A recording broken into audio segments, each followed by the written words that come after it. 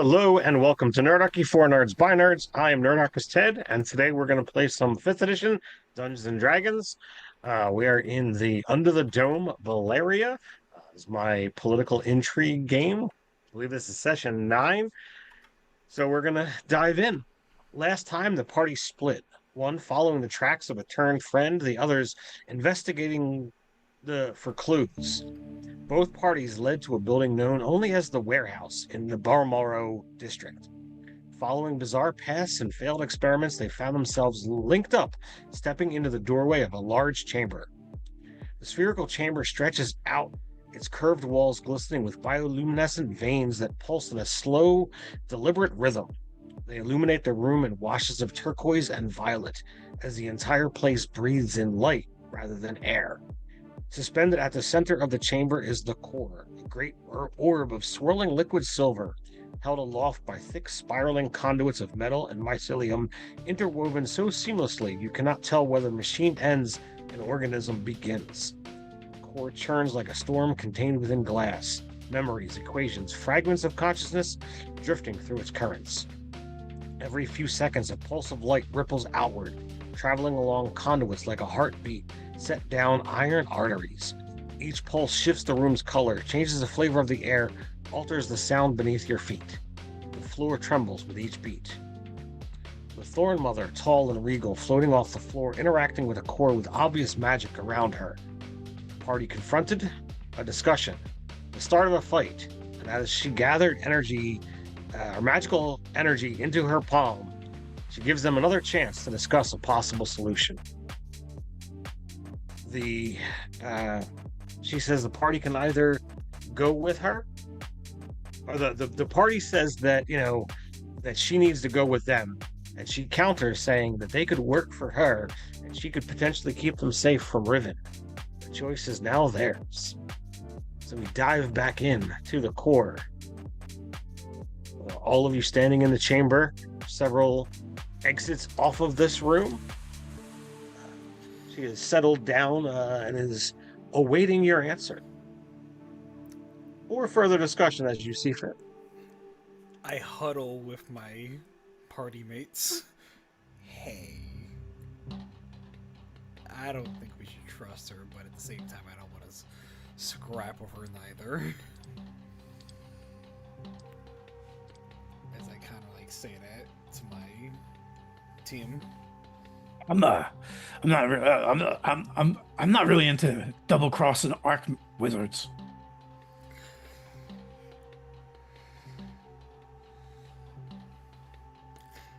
I think it's a bad idea. Your thoughts, Doris? So, I'm not sure how to word this, as a player. So, as a player, I'm going to tell you where my brain is and where my character's brain is, right?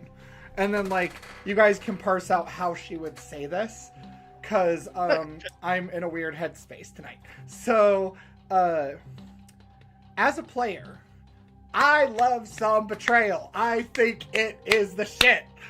But also, I know it's stupid to do. As Doris, though, her mind is, we have seen two sides of coins, which are that this mycelium queen has functionally corrupted people and ruined their lives without their consent. Doris's big deal is consent and responsibility and that kind of stuff, right? So she doesn't like that. At the same time, Riven burned an entire swath of a village instead of trying to use his power to maybe encase people, maybe go about things a little more methodically. So there's two sides to the coin. Riven is more excusable in her mind than the mycelium queen. So as someone who is insightful, things that you might not specifically remember from last session, the little bit of fight that started, she did not seem all that bothered or threatened by the lot of you. Right. So that in and of itself, either she's got some kind of trick up her sleeve, or holds her own amount of power as well. And she did straight up tell you guys that here within this specific chamber, that Riven would not be able to be scrying on you, which also gives you a little bit of information that even if it wasn't something you considered, she at least assumes he has at some point in time, and here you are safe from that. So you can speak plainly without fear of him being able to know one way or the other. Right, right. Benjamin Hannibal might have a 10 in wisdom, but even he can see that. Yeah, well, Like- she did not fight back when we initially attacked her, and instead gave us a chance to stop. So there's that element too. It was incredibly boastful. She's like, "Look, we can do this if you want, but I will give you the option to have further discourse." Right. Uh, And so as a player, that triggers in my brain, we definitely don't want to pick a fight with her right now, whatever we do. Like, either we're allying with her or we're running away. That's me as a player. Me as Doris is wary, but she doesn't trust anybody well. So honestly, all of this that I'm saying would be sort of like a combination of context clues that you would have from knowing her, and what you can tell by her body language as she stands there and remains silent. You know what? Semantic material. So, your, I forget her name again, excuse me, the something... Mother of Thorns. Thorn Mother, yes. Thorn Mother. Thorn Mother. I was calling her the Mycelium Queen. My bad. No, that's fine. So the Thorn Thorn Mother. Mother. Yep. I'm about to cast a spell. Somatic material components. If she knows the hand signal for a message. So Go ahead. you're casting message. Message.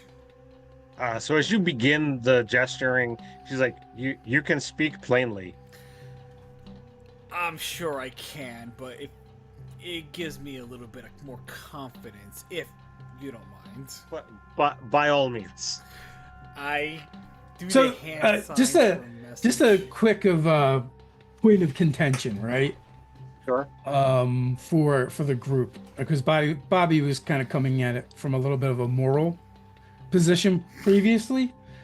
Let's not forget, if she didn't capture, she was complicit in the capture of the Glob people and Yep. experimenting on them. Yep, exactamundo. And while yes, we may not like what Riven did, but Riven did something for a specific purpose of not spreading this past where it was.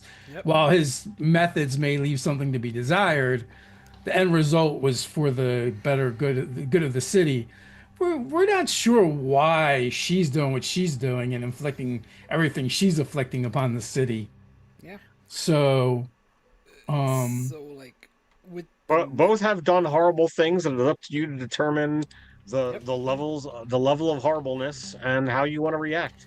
that's exactly correct. In fact, with the message cantrip I'm going to send over to our de facto leader, Dolores. I'm sorry, I keep Doris. forgetting. Doris. So our de facto leader, Doris, I'm gonna say literally Facto as leader, Dave. hold on.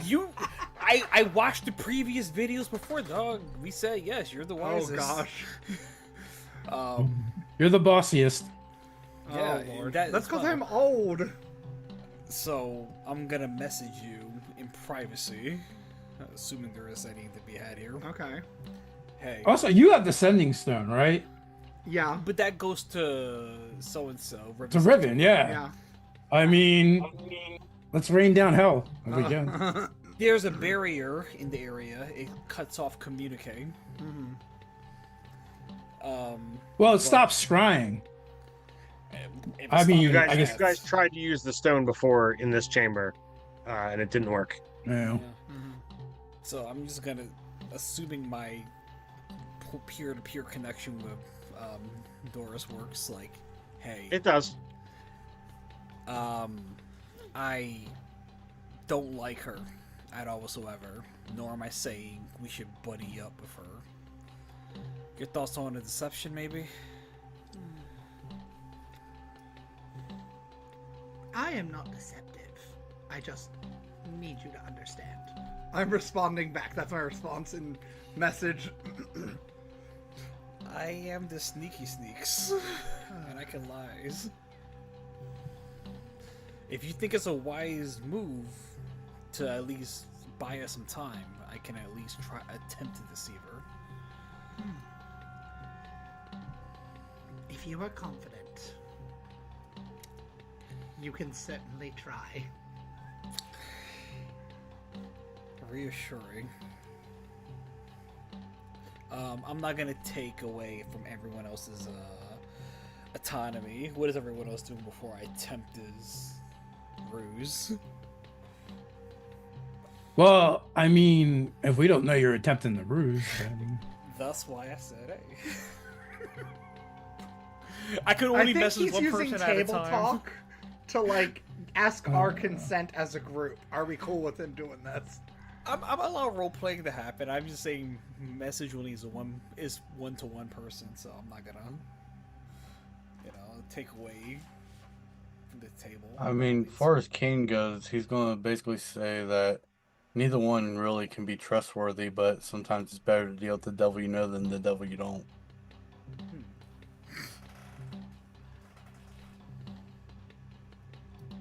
Is that your thoughts, Jelaine, as well? I mean, we are supposed to do a job. If we don't do the job, we go back to jail. If she's running from him, he will find us. Mother of Thorns, Thorny Mother, whatever way you prefer. What are the terms of your employment? As kind of like as I give a sign to my crew, I would like to believe we hung out enough. I can give a casual sign to let you guys know that I'm pulling the wool over my. Is that fair to say or no? I mean, if you're gonna try, being deceptive, that would be deception. But I mean, if you're just asking, like, oh well, what would be your terms? There's no role there. You're just asking a question. That fair. I am trying to lull this person in the sense of like appeasement. We don't really want to work for them. I'm just playing the role. Sure. So, like, okay, well, what would be the terms of your employment? She studies you for a moment. She's got intelligent eyes that seem to take in the lot of you.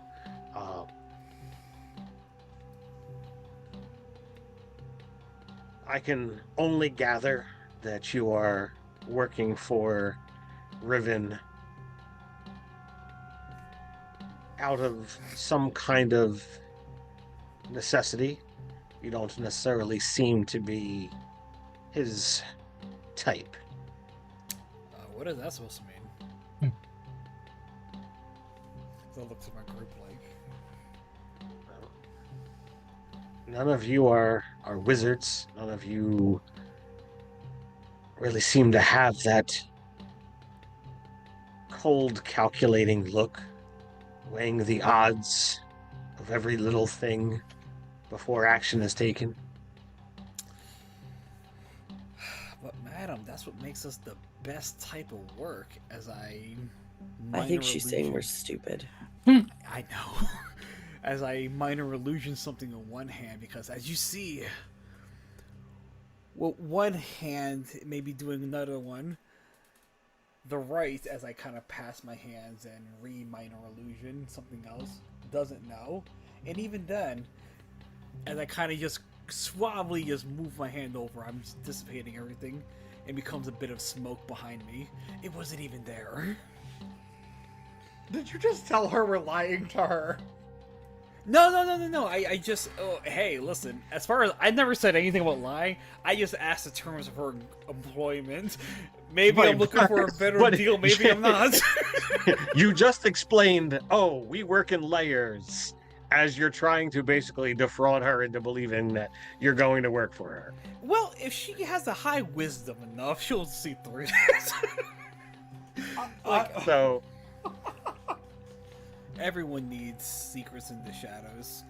I'm sure you do as well. so reading into the look and how some of you wind up standing, she continues on. I would ask a couple of jobs, and I doubt they would be quite as involving as what Riven would be having you do. And then, as promised, I could either get you out of the city or see about finding some way to get so that Riven would not be able to be finding you if you wish to stay here. I need a moment to confer with my colleagues, if you don't mind. Group huddle again. What were we supposed to... And this is in and out of character. What were we supposed to do here again? What was our goal? Why are we here? We wanted her to talk to Riven. That was the goal. Yeah, that's it. Okay. Yeah, and she said that she would go with us to talk to Riven. Yeah. So, Doris will just walk forward, realizing that Hannibal is, a little fumbly, and, The mission is bring her in alive. yeah. What was discussed last session is she said she would go with you, but she would not go in chains. Yeah, we don't want And her that to is that is Well, that's oh well, fine. somebody did. Somebody was Oh. like, you and that's where it became contentious. Looking Okay. at my character sheet, it wasn't me. Okay. Like, I am not Well, a fighter. I will walk forward. Dear, I apologize. Even by plant standards, I have difficulty reading your age. So if I use an honorific you don't care for, just correct me. But, Riven found us in prison for various things. Some were minor, some were major. Frankly, the justice system here is broken. Our job we were assigned, which we'll still have another after this, is to bring you to talk to him. I don't aim to do that without dignity. I don't aim to do that without respect. Being forthcoming, I would greatly appreciate if you would be willing to accompany us to Riven, so that you two might converse as he seems to want you to do. Well, so long as it is a choice, then by all means, I will come with you. But I will not be lured into some trap. And should I suspect such a thing, I will make my way out one way or another. That is absolutely fair. Once again, just being forthcoming with you. At least speaking for myself. I have no more love for Riven than I do for you, frankly. I do care a great deal about the consent of others and others having a choice. Because that is something that is too often forgotten in circles more lofty than those that need to worry about what to have for dinner that night. Understood? So, if you would be so gracious as to accompany us when you are ready and willing, then consider us a neutral third party that will act in our own best interest should anything happen.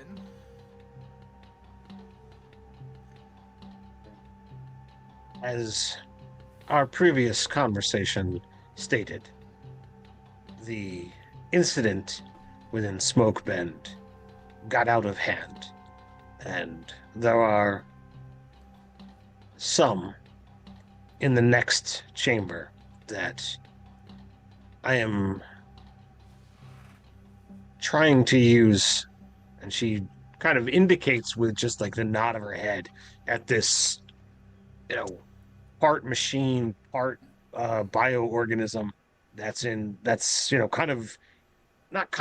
in the central aspect of this room.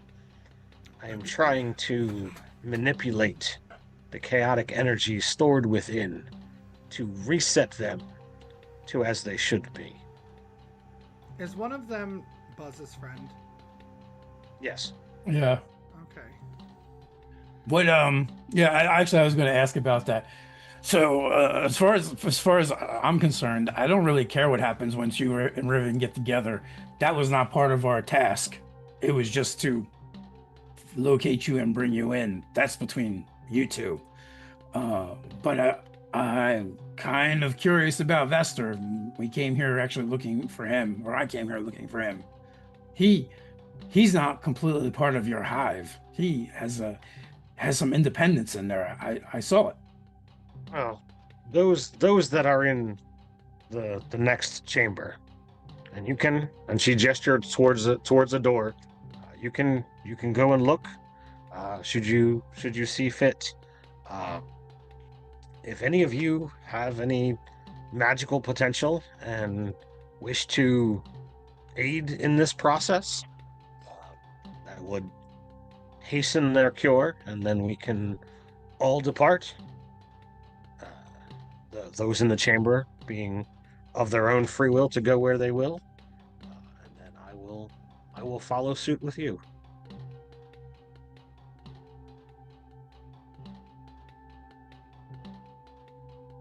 So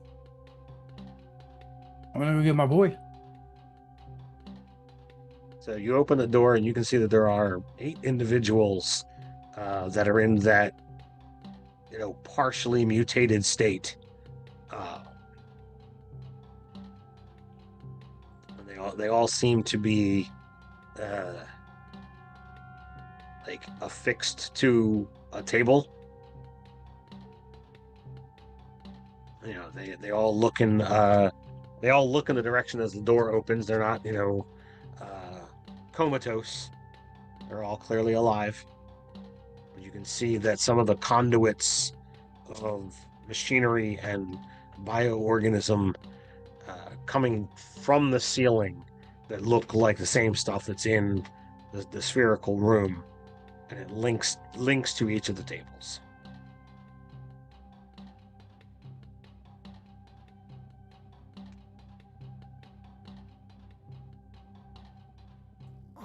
Ted, I have a question. Sure. Is this dealing with specifically like the magic that comes from chaos storms? Are you asking Ted, or is Doris asking her? I'm asking you if my character can judge this without asking her. You wouldn't know. Okay. Then you could yes. you could speculate based on her words, but it's not definitive based on what she said, and all of this looks incredibly alien. Okay. Then yes, I will wonder it out loud. So in the early days of the Balarian Dome, a different structure was above us, and it was not as strong as what we have now. This core, this engine, is what absorbed, fueled, and distributed the energy from the chaos storms for many decades, this is what kept the citizens safe. Until we found a better way that was less challenging. This particular device is laid dormant and is full of energy and potential. Do these screens read levels of energy? Is that what I'm to understand? And I just point to one of the screens. There's no screens in here. Oh, what are they? It's a spherical chamber, and there is like a floating silver liquid in the center of the room that has like an actual machinery that's inside it. And as the silvery liquid like kind of moves around in a haphazard pattern, you can see the engine at work that has these conduits and bio flesh attached to it that go off towards the top of the ceiling, and then you can see that they come down from the ceiling and are connected into these tables. Okay. So I will create what is functionally like chaos lightning just crackling all over my forearm, and I look at her, and then I look at the machine, and I say, "May I?" So, what I would need for those that are interested in assisting is to apply your will and release your magic together, focusing upon trying to get chaos into uniformity, to rather than to reshape haphazardly, to restore as it should be.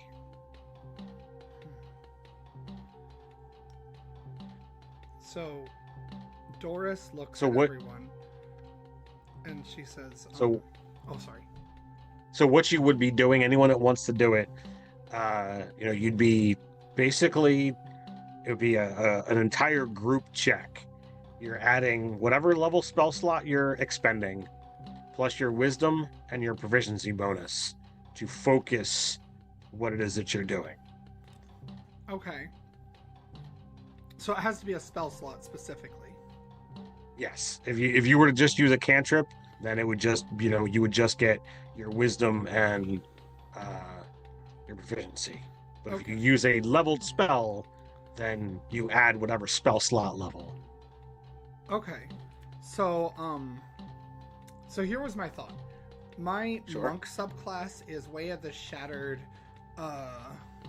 Flow, I believe. Way of the Shattered Flow. So, like, functionally, when I was swept up by that chaos storm, it literally fundamentally changed the way my focus and my energy works. And I'm kind of, like, pseudo-corrupted.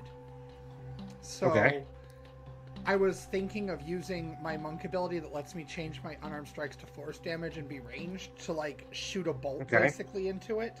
So, I would count that as a cantrip, then. Okay, because I have leveled spells that I can cast, but those are like innate to my person because of being a wood elf. And I don't think those work the way she's wanting us to have things work. What about funneling spending key points? Yeah, would that like be a thing? Sure. Yeah, if you spent key points, the number of key points, however much you wanted to dump in, would be a bonus to the roll. Okay, bet. Let's try it. So, Doris will look at everybody and just so say, first off, is anybody else joining her? Yeah, I think I definitely would, especially this is kind of my, I wouldn't say area of expertise, but I'm probably the most knowledgeable when it comes to like combining technology and magic together. Sure. So I will also assist. I will funnel my last second level spell slot into it. I mean, all right. If that's the case, I'm half knowledgeable on everything. So it doesn't matter. It doesn't matter what there's no skill being used. It's just wisdom, proficiency bonus, and then whatever spell slot you're using. Yes, I'm using a 3rd level spell slot. All right. I'll use a 4th level. Oh no, I dropped my Sweet. dice. Bummer, it was good. Okay, and I'm dumping. How many key points do I have?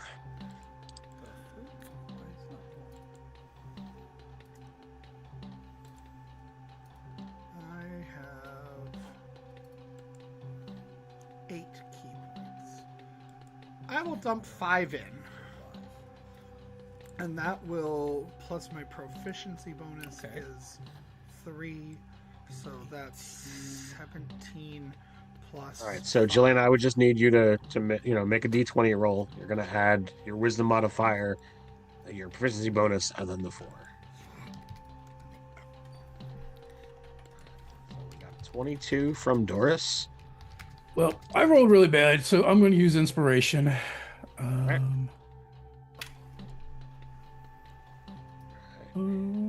That's much better. That is a 22. All right. So we got a 22, a 22, a 24. And is this a check that I can use Flash of Genius with? I mean, it's an ability check, so I would say yeah. All right, let's make it a 26. All right. So we got 22, 24, 26, Man, I'm the low roll there. That's wild. 27. And then Can Kane use magic at all, or no? I think he casts No. Fist a lot. Yes, yeah. I cast the pain is coming. Oh, cast iron. Yeah. I mean, the only thing King has is he's got tactical mind, which is just adding dice roll to a failed ability check, but Ah, it's gotcha. not really a spell. Yeah. Kane's just kind So- of our silent giant that follows us around and looks intimidating constantly and is like, go ahead, mess with the badass, see what happens. So the 5 of you kind of step up to this sphere, and as she kind of had done before when you guys had stepped into the room, she floats up to the middle, kind of hovering right at, for lack of a better word, eye level with this floating silvery liquid. One of you steps to her right, one steps to the left, and as you begin to call forth the energy for this magic, you float up to her side. Again, someone comes to the other side, someone comes to the next. So the 5 of you now surround this sphere as you begin calling forth the energy, kind of mirroring what she does.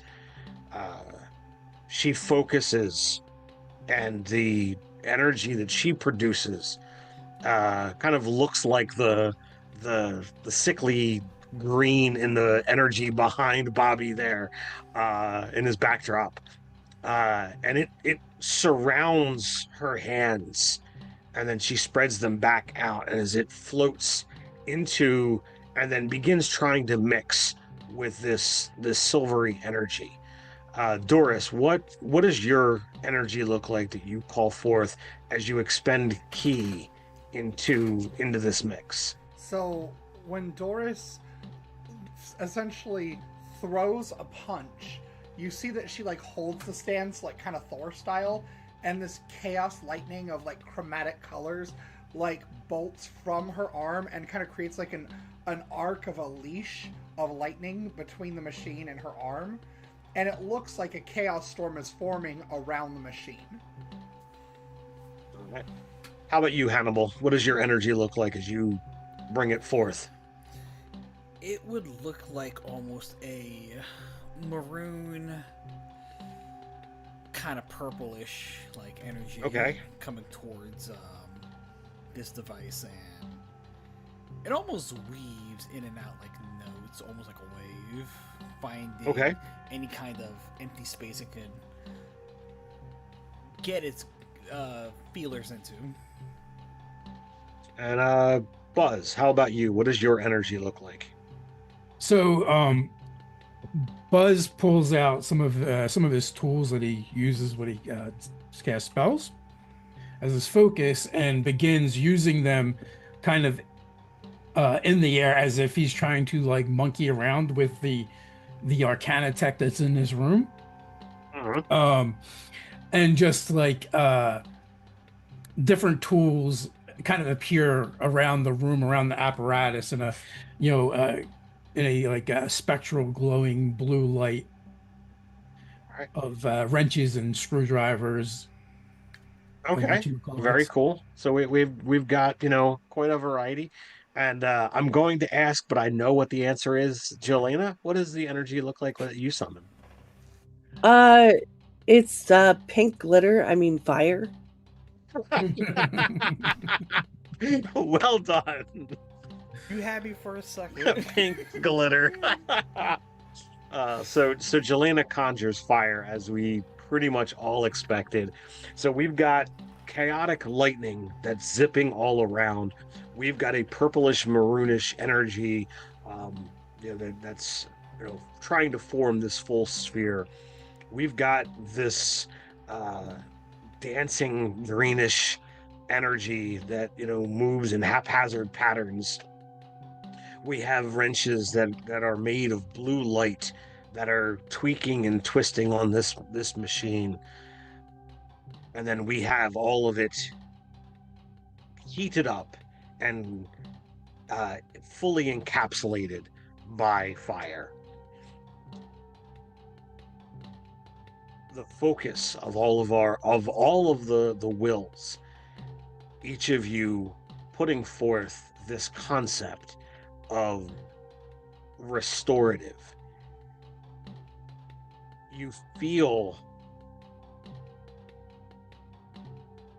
the flow of energy is immense. The amount of energy in this room is more than any of you have ever interacted with. Your highest level spell doesn't come anywhere close to the amount of energy that's pushing back against you. If any one of you had tried to do this alone, you would feel thrown down to the ground in immense pain. The kind that you feel would leave your head splitting in pain, if not split open. But unified, you feel that you are stronger together. And painstakingly, you can touch each of the individuals in the other room. You feel the flow. You can see the layers of who this person is. And if it weren't for the unity of purpose, you feel, and just for a moment, you see this individual's lifeline from where they were born to where they are now. Almost like it was strings of a harp, and you could just reach out and pluck one of them. And with the sheer amount of power at your disposal, you could set that body to that. And you could tweak the harp string easy and make it be a simple transition, or you could pluck all the strings and just see what happens. But in this moment, you're working together, the unity of purpose. Even though you know each other's minds, the mind of the Thorn Mother is just as potent as the rest of yours in the purpose that she is trying to do.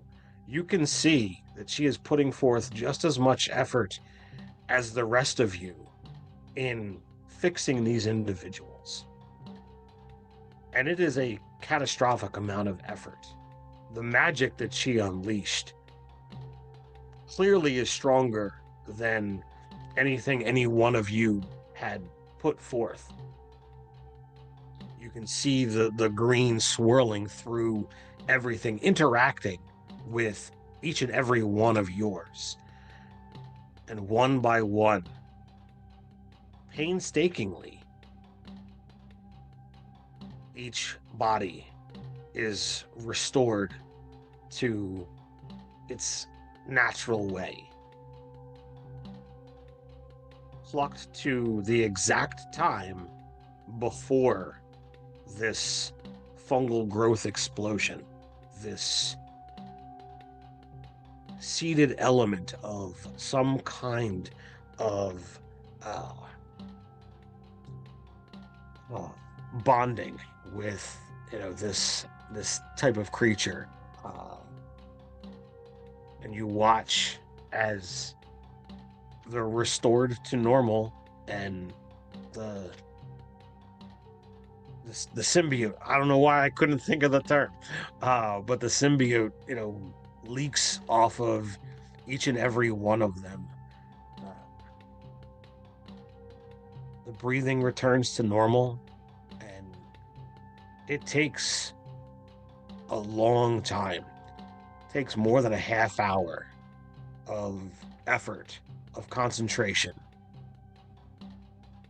Periodically, the Thorn Mother adds more energy into the mix, obviously diminishing power as she goes.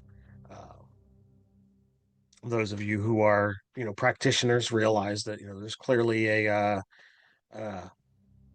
only so much energy that one can possibly interact and contain. But as the last victim breathes, you see Vester returned to the exact visage that you saw when you had a conversation at a table at the Rusted Chalice. The energy dissipates, resumes back to just the floating, dancing silver liquid around this machine, and the five of you float back down to the ground. As my feet touch the ground and I can kind of observe what's going on, I look to the Thorn Mother. I don't get it. I don't understand. Why go through all this trouble and expend so much of your resources to help these people when you didn't seem to have a problem infecting them in the first place? And also the glob people, you didn't really seem to mind experimenting on them, and they definitely didn't appreciate it. No, not at all. She looks to you. You ever led individuals? I am not the leader to type. I've got too much going on just myself. Well, the larger an organization gets, the more independence things tend to have. I am sure, as you've wandered through, Clearly, she has never worked for Target.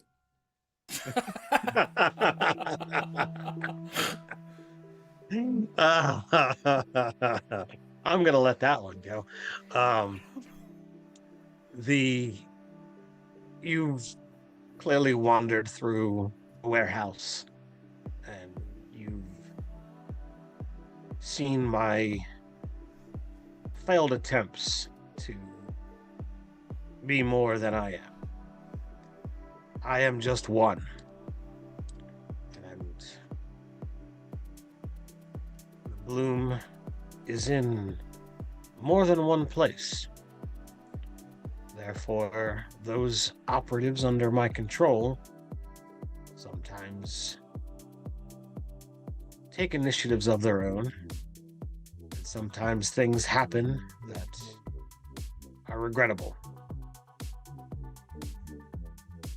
Now, before you get your opinion wrong, I am no saint. But there's already been a lot of damage that's been done. I am trying to rectify things where I can. It is a little bit of effort and energy that will come back to me in time. For these 8, I have given them back their lives. I wish I could do more, but that is what I can do. Maybe I can work with you in the future after all. But for that to happen, for us to have a future, we do need to have you come with us to meet with Riven. And like I said, we will not interfere, or I will not interfere. I cannot speak for my companions, but I will not interfere in the affairs of archmages and the like.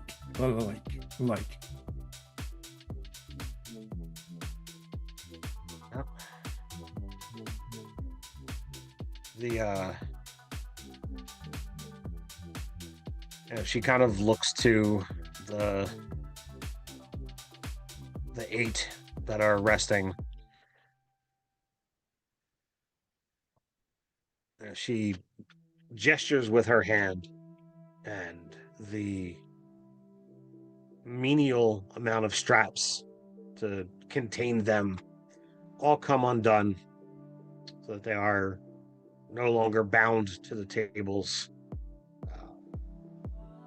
But what their bodies just went through was quite a lot, and they are clearly unconscious.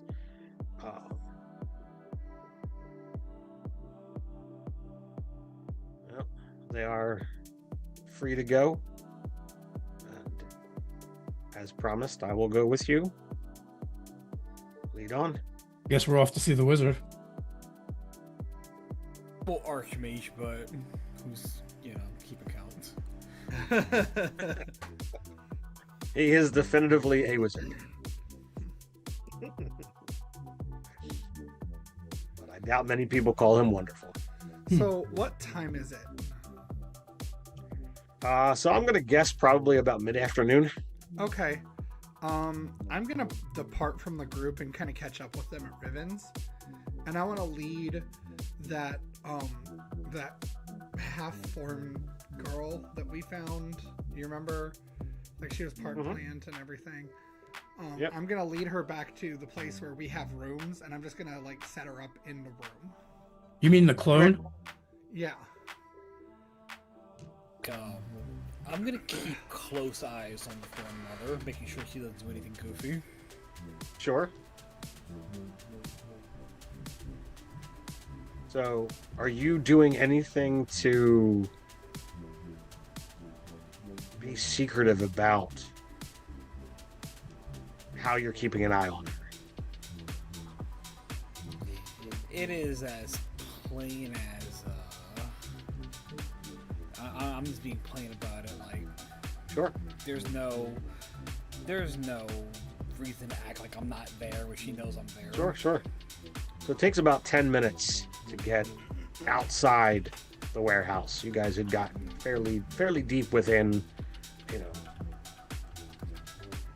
So as you guys step out, and Doris, has already parted ways. She turns to you, Hannibal. I don't know if my words mean anything to you or not, but I have given mine. I said I will go with you, and I would not try anything lest someone else starts it. But if it makes you feel better to keep a watchful eye, then by all means. I just raise my hand as in happy we have an understanding.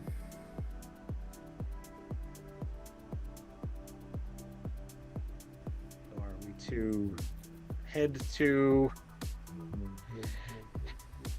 the Archmage's tower, or is he having you take me elsewhere? I don't have that information yet. I would say, like, we never really discussed it, so I assume we're just going back to his place. There's a, if we remember from the last time we entered the Archmage's sanctum, we were supposed to give a heads up before we show up, and then we won't get so much nonsense like last time. Yeah, and unfortunately, the person with the sending stone decided to leave off on their own. Yeah, however, I would, like, just shoot a quick message saying, like, you have guests arriving or something. Bring out the tea. Like, OMW LOL.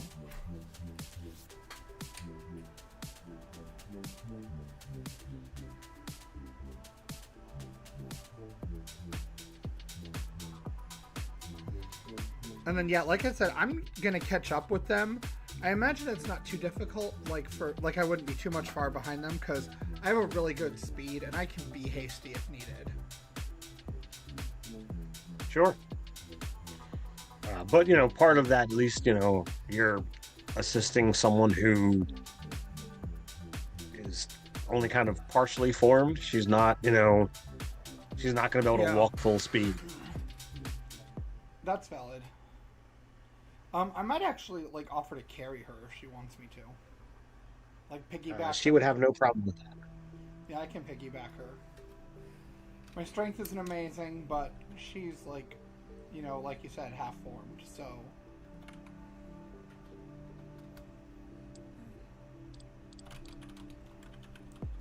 So the walks through the city aren't, you're not really met with any kind of serious issues.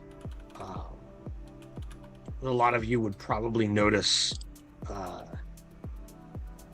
the Thorn Mother stands out. So there would be some who would give you wide berth or look on with, who is that, or what is that, or what are they doing? But the Thorn Mother, holds a regal posture and seems to know exactly where to go. Even offers, should you be interested, there is a shortcut through here.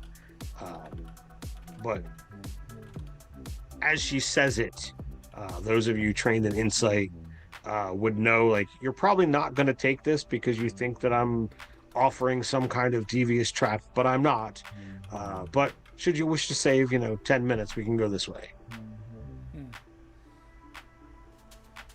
Well, it takes 10 minutes. I would be fine with that. I figure if we're in for a penny, we're in for a pound, kind of thing. And the DM has already kind of alluded to she was going to whoop our ass anyway. So that's valid. It would be silly to. It seems silly to ambush. You said take us to an ambush. Right. That'd be goofy. Context clues. If you know a quicker way, sure. Besides, perhaps we'll be able to use it in the future. I'll do my best to memorize whatever routes we were taking.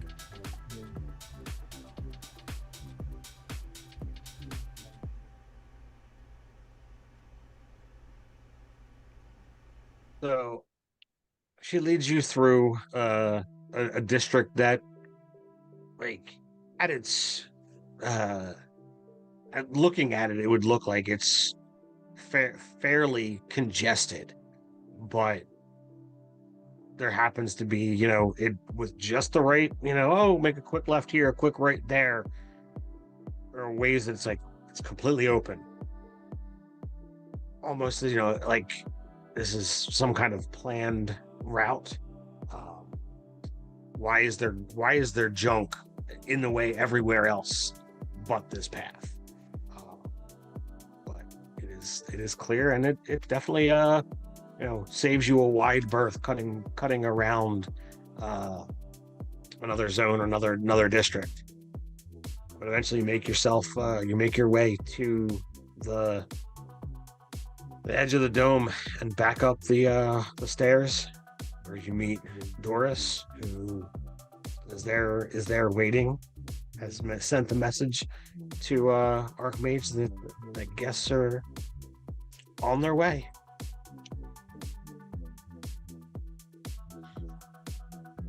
The long climb up the stairs, you look down below. Again, all of the small movements look so vastly different from up here. You again feel the magic as to climb what looks like dozens of stories doesn't seem to take as long as it should. It's not moving like an escalator, but something about it allows you to travel much faster.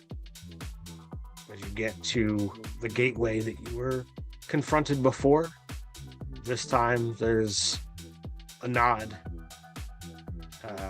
They look over your party as to make sure no one that's unexpected is with.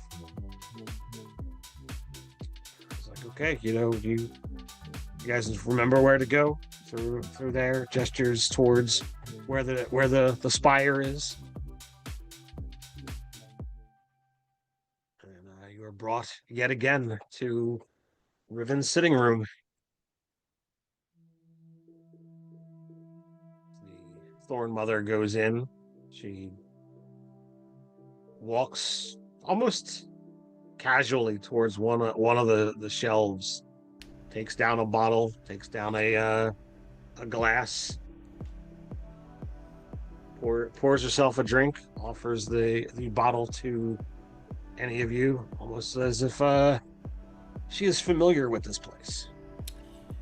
Well, Hannibal's definitely learned not to turn down a drink, so he'll gesture he's interested.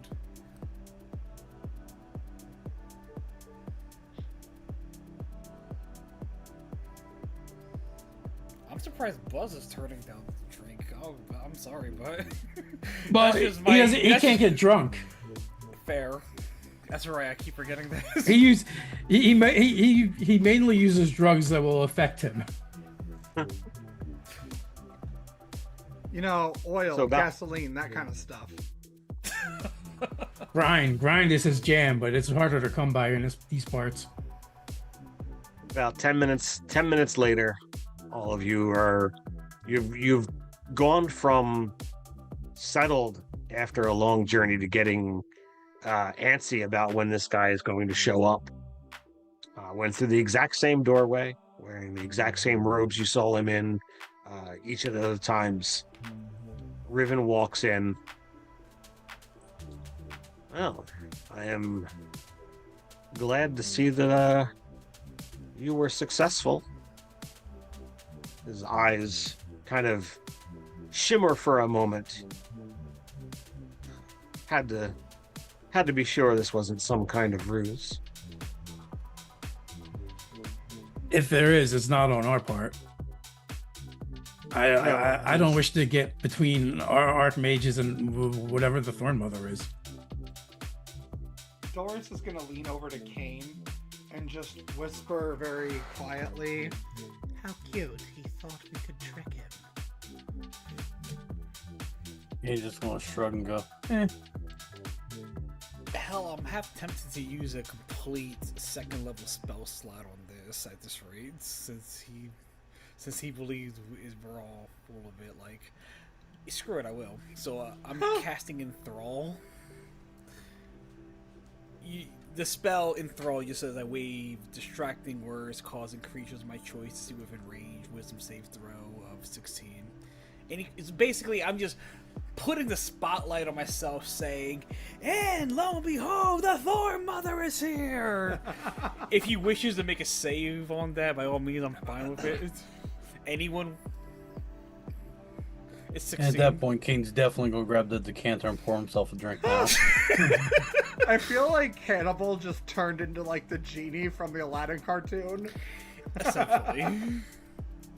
All right, neither the Thorn Mother or the Archmage are enthralled. I figured. It's just like, both see, we did it!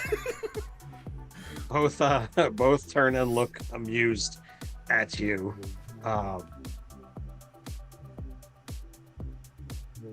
Yes. Well, that is 2 down and 1 to go.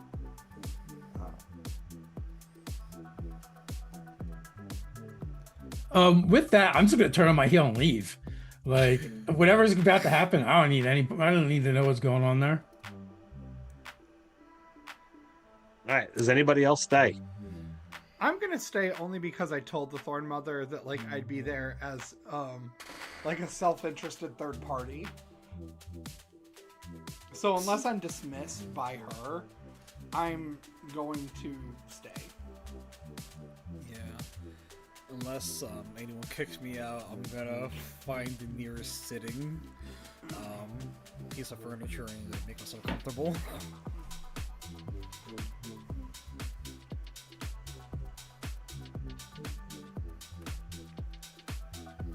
I guess if they're staying, I'm gonna stay then. I'll just slump in a quarter. I'll stay, but I'll stay by the door.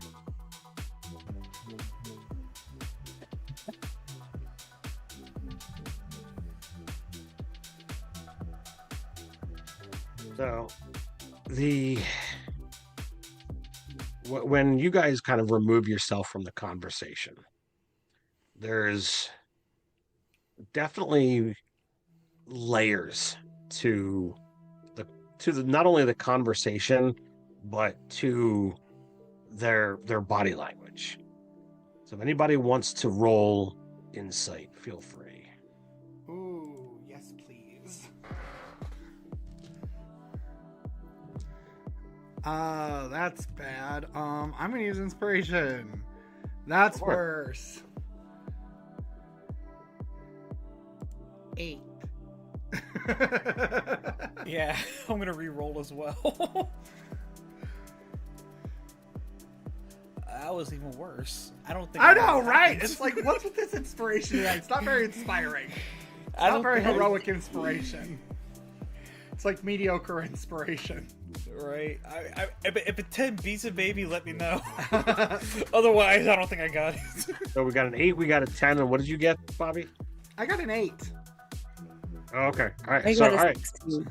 Oh, Oh, Jelena's okay, got all a right. 16. All right. So Jelena, you're the only one that picks up on anything, and you're only getting a little. There is definitely, it's kind of been pointed out several times, but there is definitely some kind of relationship that has happened before. This is not their first meeting. You don't know exactly what the nature of that relationship was. Were they friends, spouses, lovers, enemies? But the way they're holding themselves, the way that they're clearly holding something back, you're definitely seeing something, but the specific nature you don't know. But it starts off.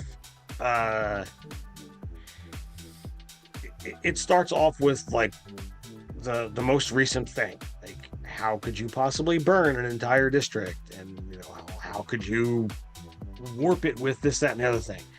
And it goes back and forth. It talks about the Thorn Mother looking to basically revitalize the life. We exist within a desert. The black sands go for miles outside of the dome before you would get to anything that could be conceptually vegetation. He talks about, oh yes, but just because you want to grow things need to be checked. We have, the farms underground. And she, comes back that there's so many other things that could be done. There's more to life than just survival. We need to find new ways.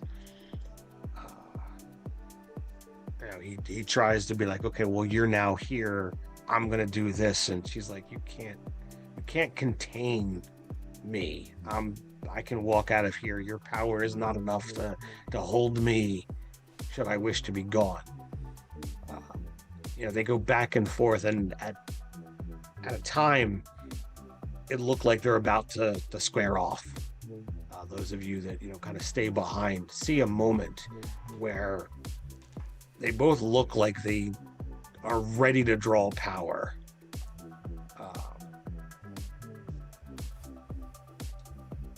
And she's like, no, we're not going to do that here, especially not in front of an audience. I told them that I would come willingly, that you would not stop me if I should choose to leave. He says, fine. Perhaps there is more to be discussed, perhaps a middle ground that could be reached. It seems almost out of character for him to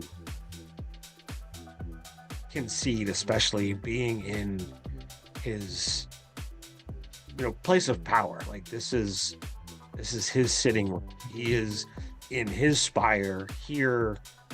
He's as close to a king as could possibly be, and yet without throwing down, he acquiesces to the possibility of negotiation and a middle ground.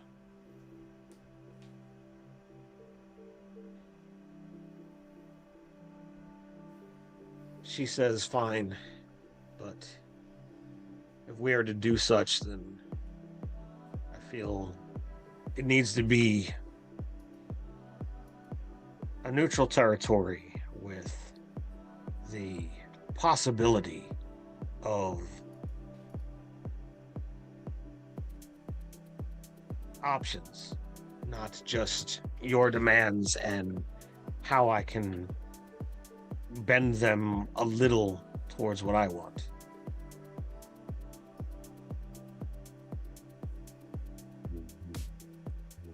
She turns to the lot of you.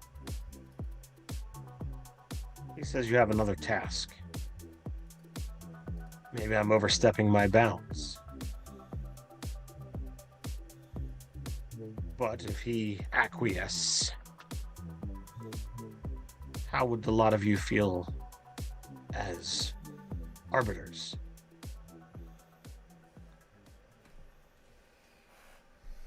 I kind of, whatever I'm sipping on that was offered. Arbiters?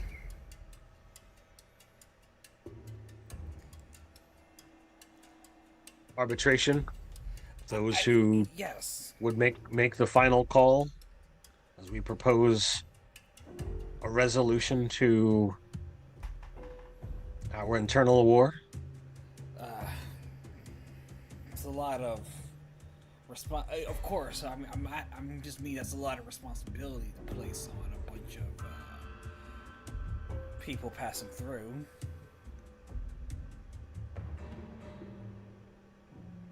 At the mention during their conversation of growing things, Doris is kind of trained in on the Thorn Mother and hasn't really looked away.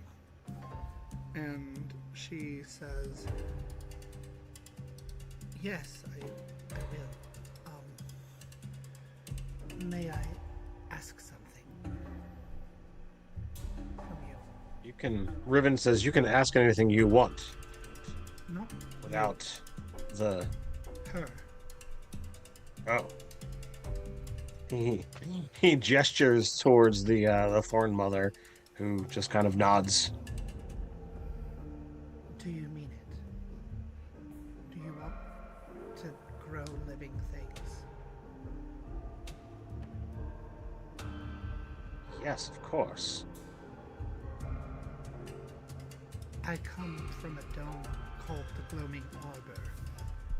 It is far from here. I don't know how far, as I was swept up in a chaos storm. Our dome is our forest, and it is dying.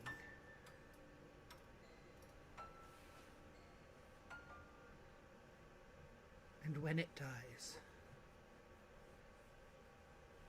my people, the Wood Elves, we die with it.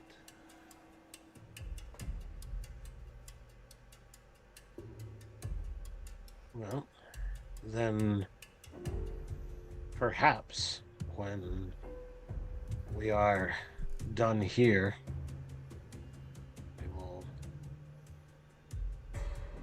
take a journey to this gloaming harbor and see what we might be able to do there, if we are successful. I would appreciate that. And there's kind of like this wistful, like, the look of a person who knows they're not going to live long enough to see whether the consequences of the salvation of the dome or the death of the dome come to fruition. You and I will have to speak at length. She counts the lot of you again. If you are able to allow me into your mind to find a solid enough image of this place. She looks to Riven. When we have leave, of course. I could take us all there. Yes. Or at least those that wish to go. I'm not going to assume that all of your companions are interested in dome hopping. I'll go with where the party goes.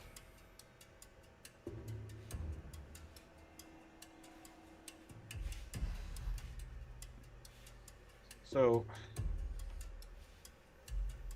Riven says, well, we will discuss things for a time.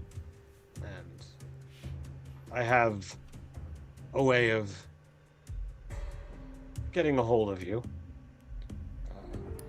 We will set up the time and the place. And it'll be interesting to see how the lot of you can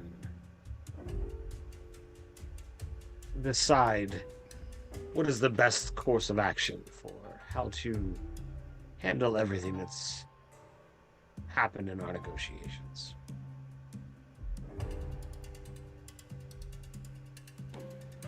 But for now, he gestures towards the door.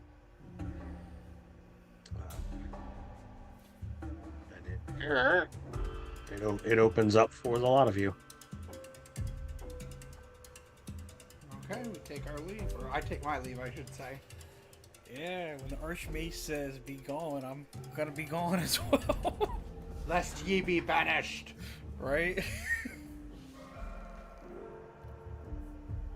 The door we go. So, Archmage where do you guys beckons do it. where do you guys travel from here?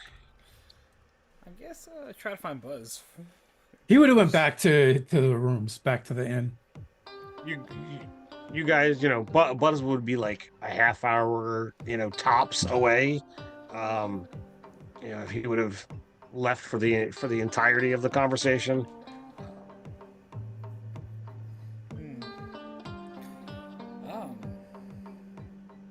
I mockingly say to the party, well, no place like home. as I know this is not our home.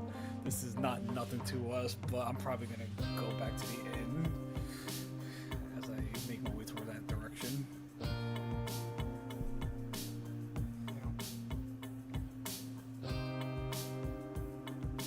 So I guess Buzz is with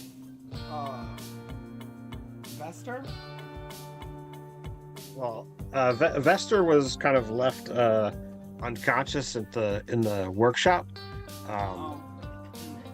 They were all recovering still. Yes. But you did take the clone back to the inn. So by the time he gets back, like she's there resting somewhat comfortably. Yeah, Buzz is just going to his room and is going to do a bunch of grind. Okay. He needs something to calm his nerves after that. There's like a Clash of the Sure. Titans situation going on. I feel like a lot Absolutely, of us nothing are wrong with ready that. to rest. Variety of short variety. I mean, I could go with short variety because I'm a monk, but I feel like I want a long variety. So by the time you guys get back there, like it is late enough now that you could kind of chill and then take a long rest, or take a long rest and get up in the wee hours. Before I head to the, before I sleep for the night, I'm probably just gonna spend some time at the bar. Thinking, Okay. Just thinking over everything that's happened.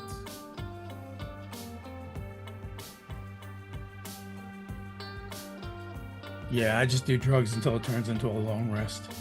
Yeah, I Maybe 2 long rests. I long rest for 4 hours, so I'm just gonna do it early and then get up in the wee hours.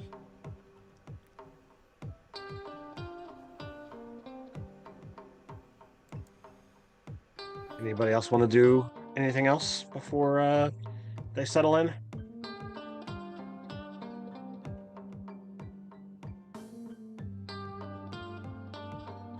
Sounds Alright, like a so with that- negatory. Sounds like a negative. So the night passes. The subtle sounds of the city. The thrumming dies down only a little, never fully stops. When you find your rest, and morning light begins to kind of peek through the windows, only dulled by the metal dome that lives perpetually overhead.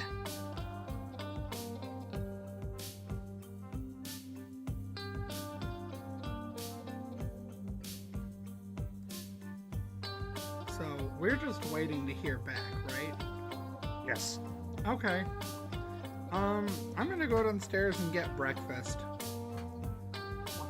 with whoever else is getting breakfast, and I'll bring breakfast back to the not Thorn Mother, the Thorn Daughter. The Thorn Daughter. Has she given us a name that she wants to She go has by? not. I'll ask her. Well, I was meant to be a copy of her. I was not successful. I don't have a name or even a purpose at this point in time. Is there something you think would be appropriate? A name isn't something someone else should choose for you. But isn't that how everyone acts? Did you choose your name? Or was it given to you by your parents? I was given the name Indonesia. I like Doris. Everyone has to make a choice when they can, whether But- they like what they've been called, or if they want to be called something new. But there's a difference between a proper name and a familiar name. I don't have either. Why can't they be both?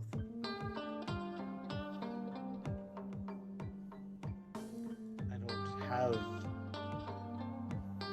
enough life experience to pick something fitting, and I don't have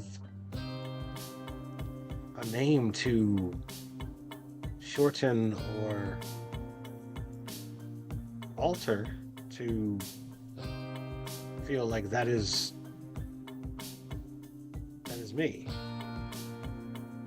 It is as if everything is a choice. I am overwhelmed by options.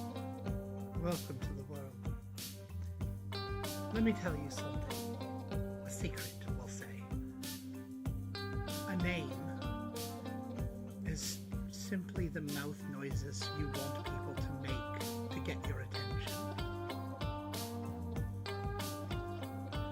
What feels That right? doesn't sound enjoyable. A name has the potential to be so much more.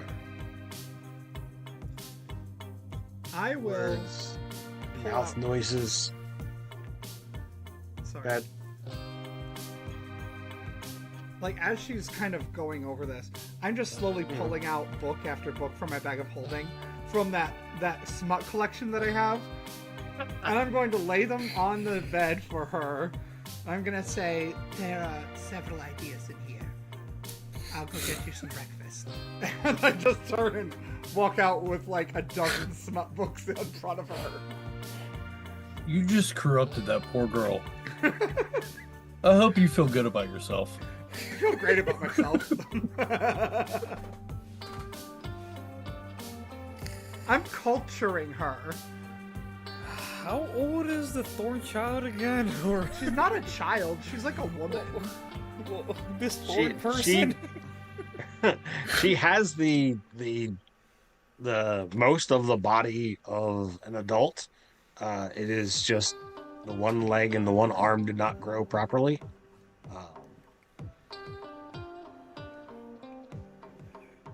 But she's not very old. I figured. Hey, let it ride. When you return,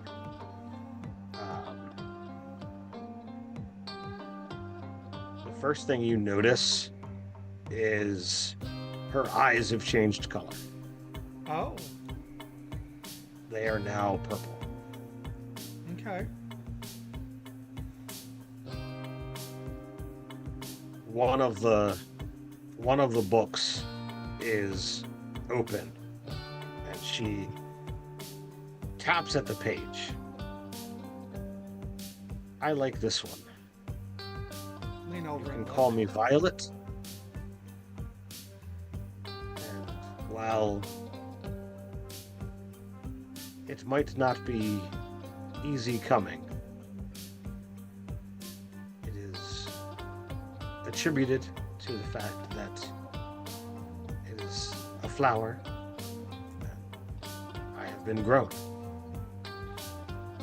But should the need arise, I've got a sneeze stuck, it sucks.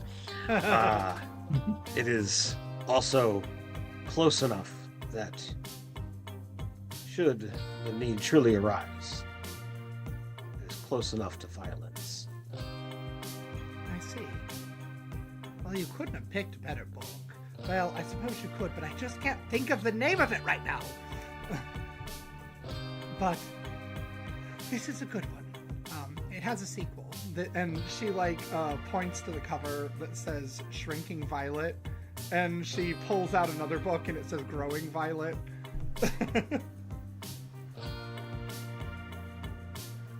Well, I don't have much experience with anything, but I don't have any of that in the 2 weeks since I have grown. Keep these copies. A third is supposed to come out. I think it's called Turning Violet. Well, if it is something you enjoy, I hope that you will be able to acquire it. I'm sure. But keep these two. I've read them a dozen times. And then I'll pack the other ones back away. So, what is to be done with me? Whatever you want. That's part of why I gave you these books. There's a lot about consent in there, and choices.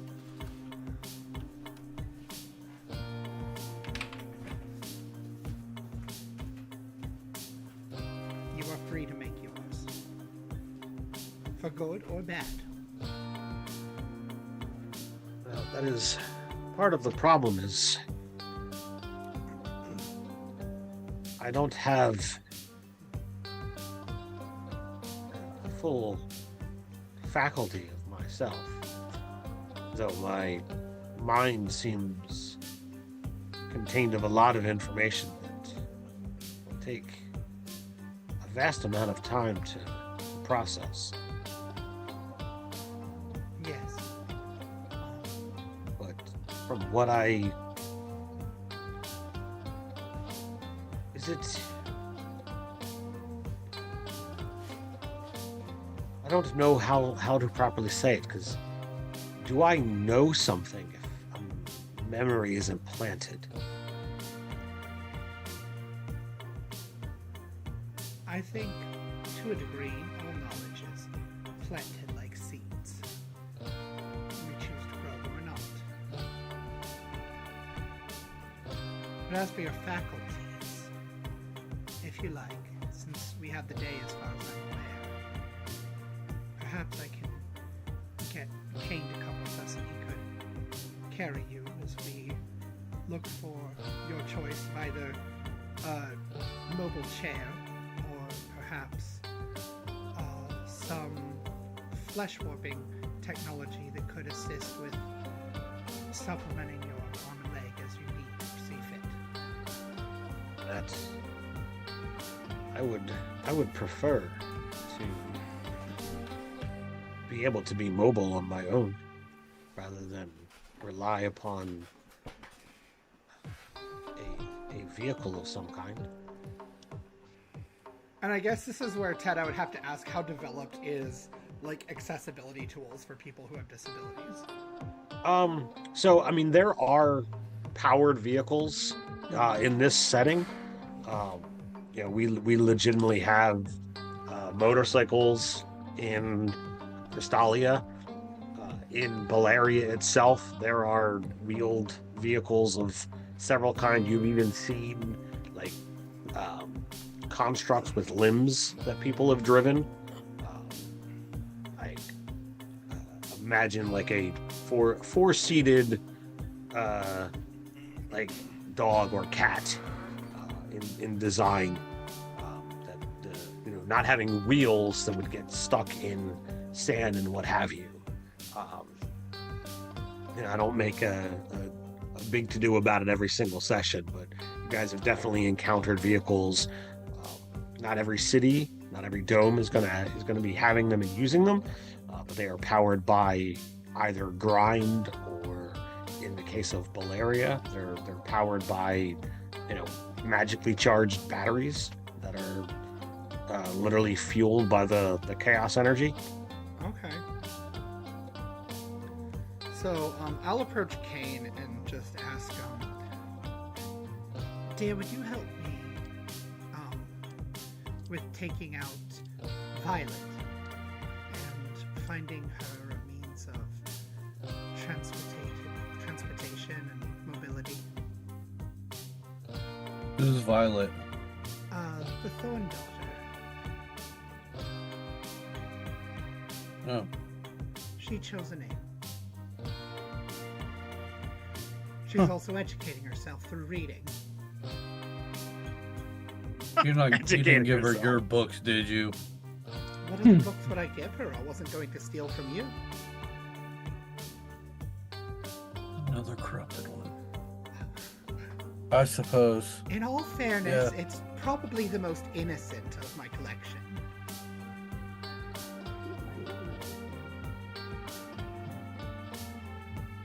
At least you don't brag about that one anymore.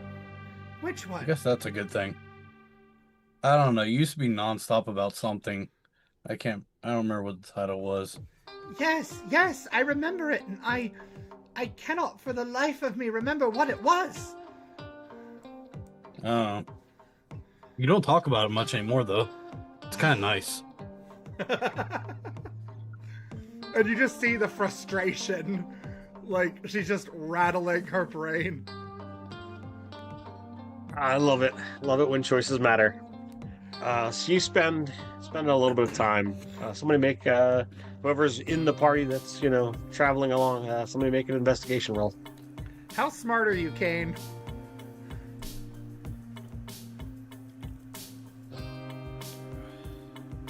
-1 for investigation, so I'll do the honors for you. Oh, okay.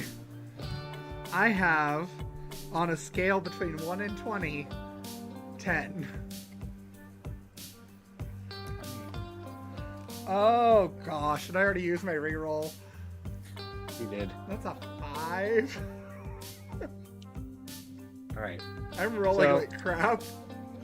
What trouble do you encounter looking for Lay down. looking for a flesh warper? I think we run into some thugs that want to shake us down. So, Kane, when you when you see these thugs looking like they're gonna try and mess up your day, what is your response? Finally! Well, hello, boys. Would you like to party? This is why we bring Kane places with us. Oh, you think you're something here? Oh, I don't think I know.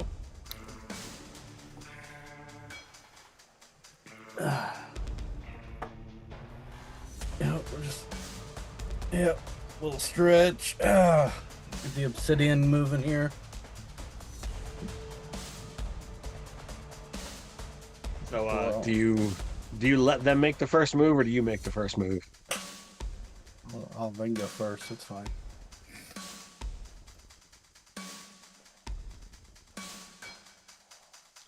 So, would a 17 hit you? Well, meets beats. Oh man. Should have brought gelato for the fire. That's all right. So they come in with their short swords. Trying to do some quick math here. Two blades sink in for 18 points of damage total. Oh gosh.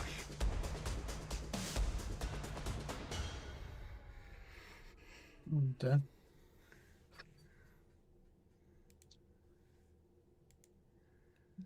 Are we in initiative? We're gonna see how you guys respond, and if Oh, I'm responding with violence. all right, we'll respond with violence then. Okay. I'm gonna strike the. Oh my Is that gosh! both of them attacking me, or just? Yeah, What? the two of them. Two of them leapt towards you. Okay. I rolled another 5.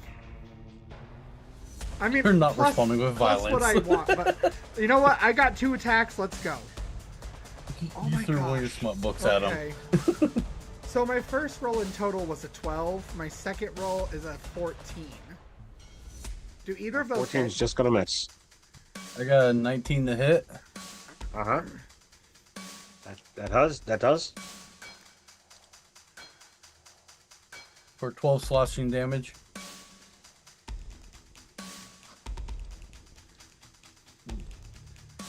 I'm glad somebody you got a gets to second look attack? badass.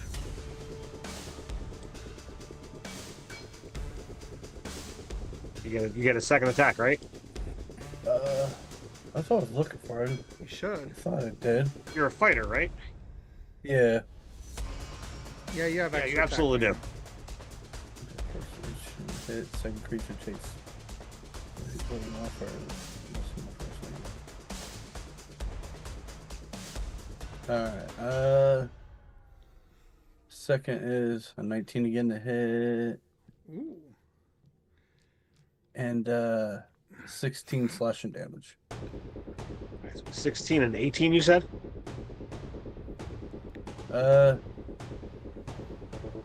Shit, I forgot now what I rolled the first one already. Fine. Was it 18? Okay. All right. So is that both to the same guy? No, we're gonna do one for each. All right. So they both are looking messed up a little bit.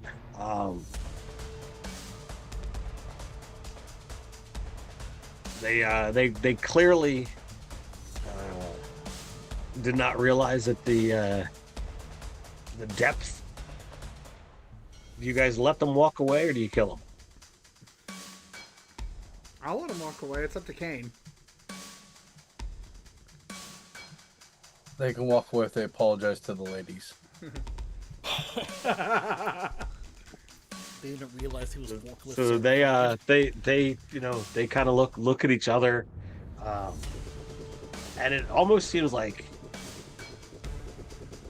it hurts more to offer an apology than it does to just be like, I lost this fight. But they to Violet and to Doris, they offer apologies, and they limp away. Drips of blood, coming from their sides. But they limp off down an alley. And Doris just looks up at Kane and smiles and says, "Thank you." Doris, give me a perception check. Well, you both can if you want. I am good at those. Oh, I spoke too soon. What is wrong with my dice tonight? Only got Okay, 6. that's a 9. Total, and I'm trained. So you guys both are like looking off as these two ruffians are slipping off, and Violet kind of reaches out to you, Doris, kind of taps on your shoulder, and points to the ground where there's some significant amount of blood stain, and apparently where Kane brought the axe in to this dude's side, apparently severed the strap on one of the guy's pouches, and there's a pouch covered in blood on the ground. Well, look, they left us a gift. And she'll pick it up and hand it to Kane.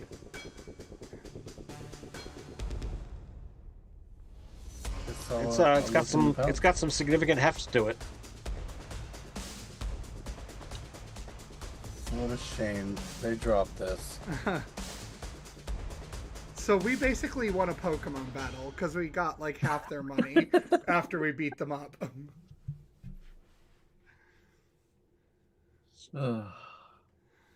So the rest of the morning goes with having a handful of conversations and eventually finding an actual flesh warper.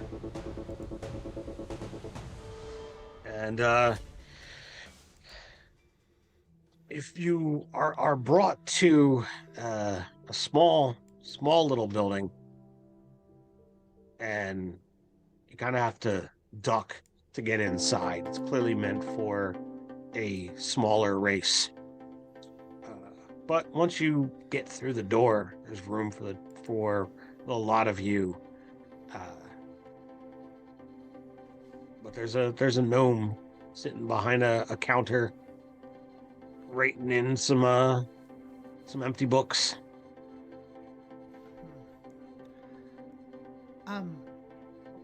Excuse me, dear. Aye. What do you have by way of mobility devices for someone like my friend here? So you want me to want me to warp her, or you want me to point you towards a shop that has something, or do you want me to like craft you some kind of like service animal? And she sort of like nudges Violet and like offers to let her kind of lean on Doris as like a pseudo crutch, so that she can like have the dignity of standing before this guy and like negotiating for herself, basically. And like she'll help She her. goes back and forth. She's like, if I could get a working leg that I could walk, I'll eventually be able to do something with my arm. As it is, I have no ability to get around. I was like, well, I can certainly do a leg. I mean, you look like you got some plant in you. If you brought me any old kind of leg, I could make that work. Or I tend to work more with plants. You kind of came to the right person.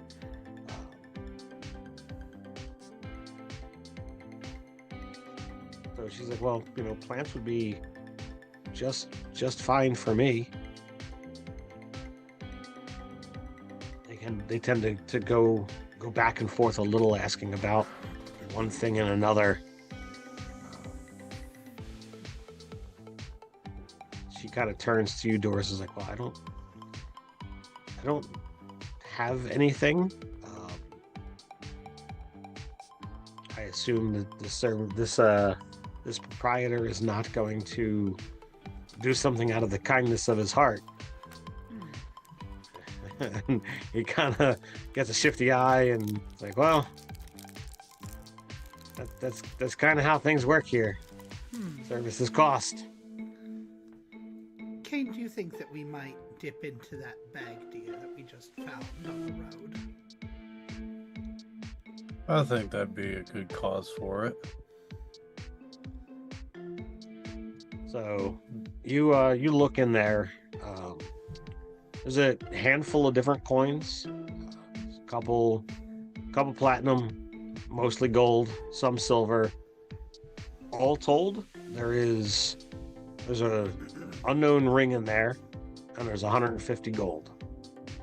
Those ruffians apparently had quite a good day. Mm-hmm. And then Had a good day. you made it worse. Yeah, they had a good day, then they had a bad day. Welcome to life. So yeah, we'll inquire about price and then kind of take from that. So legs are a lot more work. There's a lot more to them. If you brought me a leg, I could just attach it. 50 to 100 gold wouldn't be too big a deal. You want me to grow a leg to the right height, and this and that, I could do 150, 200 if you want something special with it. Like, well, I don't need anything special. I just want to be able to walk. Kind of like looks back to you like she has no power in this particular situation. Kane, do you suppose you would be happy with just the ring and we could use the coin for her leg? I think so. All right. But I would like to barter with them a little bit. We'll throw a little persuasion at them. Okay. I'm not Okay. very What do you say? persuasive. What are you saying to him, Kane? We'll walk up there and like, listen, I understand you're a fine craftsman, but everything can be haggled a little. So, what's a 15 persuasion going to drop this price to?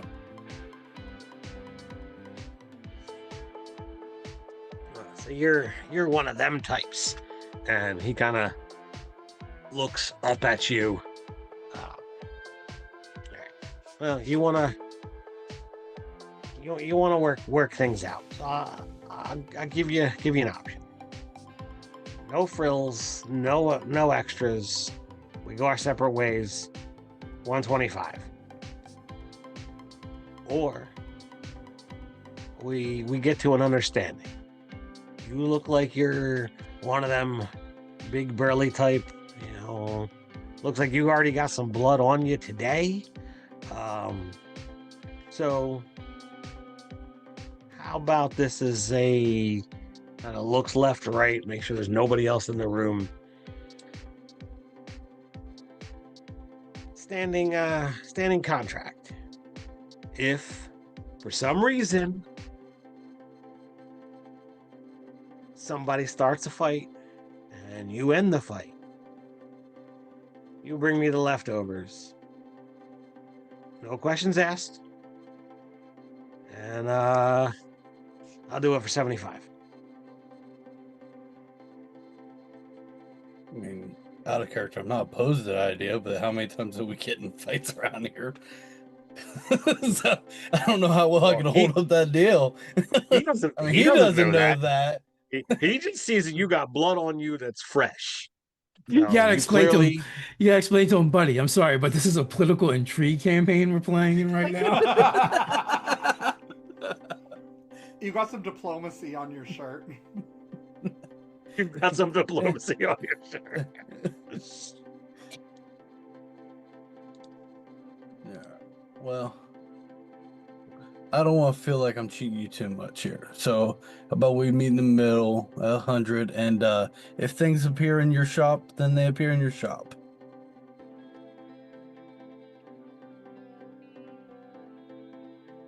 Done and done.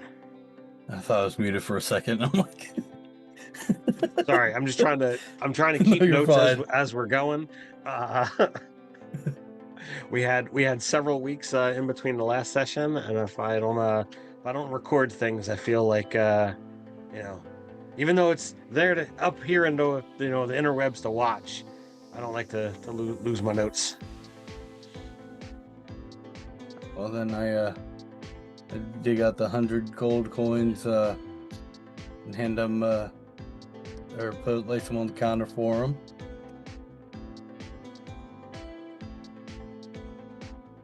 Okay, so step this way. Pushes open a door in the back, and again the three of you kind of have to duck under, and inside there's all kinds of things set up. You can see that there are body parts, arms, legs, what have you, hanging from walls. Some things look like they come from humanoids. Some things they look like they've come from beasts. There's a couple tables. There's also one wall that is a variety of different, potted plants. And he, points you towards one of the slabs. Go ahead and jump up there, young lady. And he brings over, this potted plant on like a wheeled cart. Well, this is gonna take a little bit, but he pulls one of the vines that's still in the ground, or still in the pot, and he brings it over towards the malformed leg of Violet. And what proceeds to happen over the next hour is bizarre,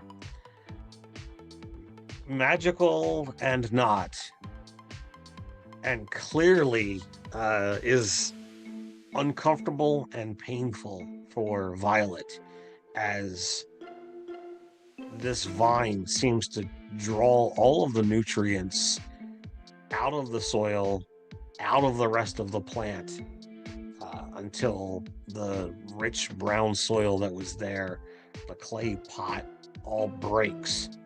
The rest of the plant withers down to nothing, as it kind of wraps and coils and shapes itself into mostly what a leg should look like. even if it's not spaced exactly the way it should. It's not like it's like a singular thing that goes from hip to foot. Uh, it definitely doesn't have like flared out into toes. Um, it's clearly a vine that is wrapped around the improper leg.